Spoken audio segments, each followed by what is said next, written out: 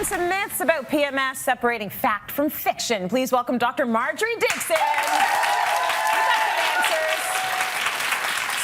Said about PMS that I think it's good that we sort of talk about it. We can't even talk about it enough. It's a real thing, and it happens, and it's different for different women. Absolutely. And right? I think it's interesting that you say, like, it's real. It's real. So as a gynecologist, by the time I see people, they need me. Yes. People who have symptoms at home of the PMS. So what is PMS? By definition, premenstrual, so it's before your period, and the 1 to 2 weeks before you get your period, this syndrome of symptoms. And the symptoms are, they can be physical, they're behavioral. Behavioral, like you start to eat. Yeah, you're hungry. I want some that stuff, otherwise some you snacks. might never go for. And it happens in a cyclic pattern just before you get your period, in the 1 to 2 weeks before you get your period. So they're behavioral things, eating, whatever. It is also physical things, things that change. So people say, I had one patient who says, I have 2 sets of clothing.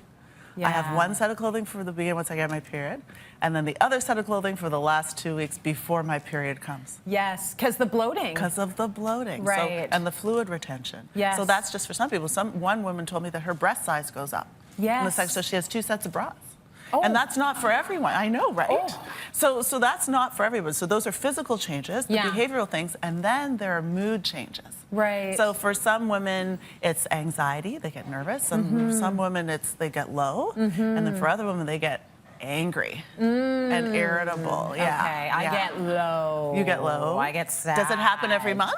And it's not every month. I mean, I was saying to you, I don't know why I'm still surprised by this. I know, right? It's your PMS. If I'm feeling sad and there's nothing wrong happening in life, look at a calendar, Tracy. Well, that's the thing. Just look at it. And that's maybe it's PMS again. Yes. I don't know why it's a mystery because I get very sad. I should know this, right? Yeah. And then it happens, and I'm like, I'm driving home from work. I'm like, I need to stop and get me Doritos. Right. And it can't be just any Doritos. It has to be the tried, tested, true, the regular cheese, not the fancy with the spicy or the whatever. Just you need regular Doritos. Old school. And you need just what you 2 or need. 3, and I'm good to go. And it's in the second half of the cycle. So you have to recognize that it's at that cyclic time, because remember, we've talked about this. Estrogen in the beginning, then you get a little horny with the estrogen, and then the progesterone comes, breasts get tender, you get bloated, you get moody, you get irritable, and then you get your period, you're like a new person again. Well, I want to test the audience on some of this. We've got sort of a true or false thing happening right now. So the first one I'm going to ask you is, all women experience PMS. Is that true or false? All women experience it. Most of you are saying false. I say false too. Oh, look, someone put up false and then changed it. False I like true. that. False true. False true. What is it? It's not all women. It's about 75% of women. So it is false. It's completely false. Okay. Because you might not go through any symptoms at all. Yes, you can clap for yourself. Yes. No problem. Yeah. Okay. 75. PMS symptoms can be so severe that medical attention is needed. I'm going to go for true. Everybody's saying true but one. No, there's 3 falses. There's 3 falses. Actually, it's true. It's true. It's true. And that's actually called PMDD. Premenstrual dysphoric disorder. What is that? So that's where it's really extreme, and it's associated with difficult interpersonal relationships. So people can be really difficult to work with at their jobs. Yes.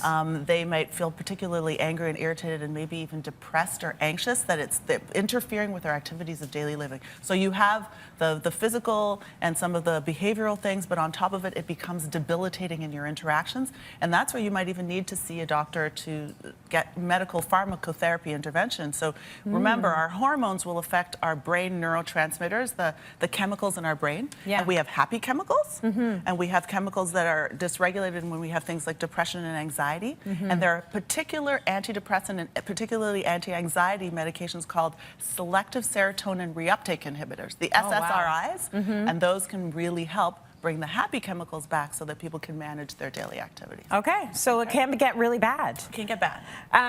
But it's only in 3 to 8% of women, so most of us are not affected. But it's rare. It's rare. Well, that's good to know. Yeah. You can manage your PMS symptoms.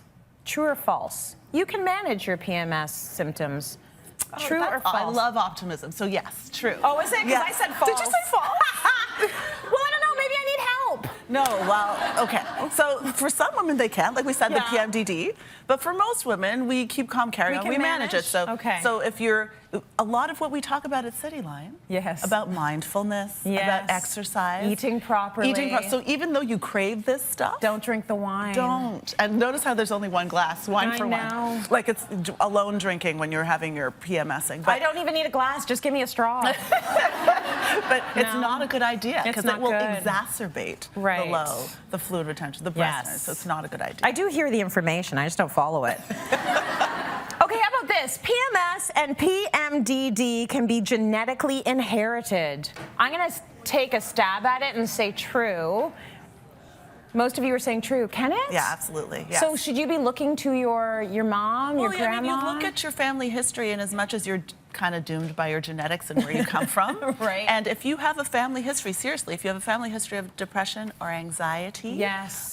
You're more likely to be afflicted with the PMDD. If you have a parent or a sister, so your female relatives or your closest relatives, in as much as your reproduction and what happens around your cycles, Yeah. and somebody else has pretty bad PMS, likely that you will as well. Okay. So yes, there is a familial or genetic variant. Interesting. PMS symptoms are similar to early pregnancy symptoms. True or false? PMS symptoms are similar to early pregnancy symptoms. Oh, we're torn today. I'm going to say true to that this. was torn. They're half and half. What is it? You're right. It's true.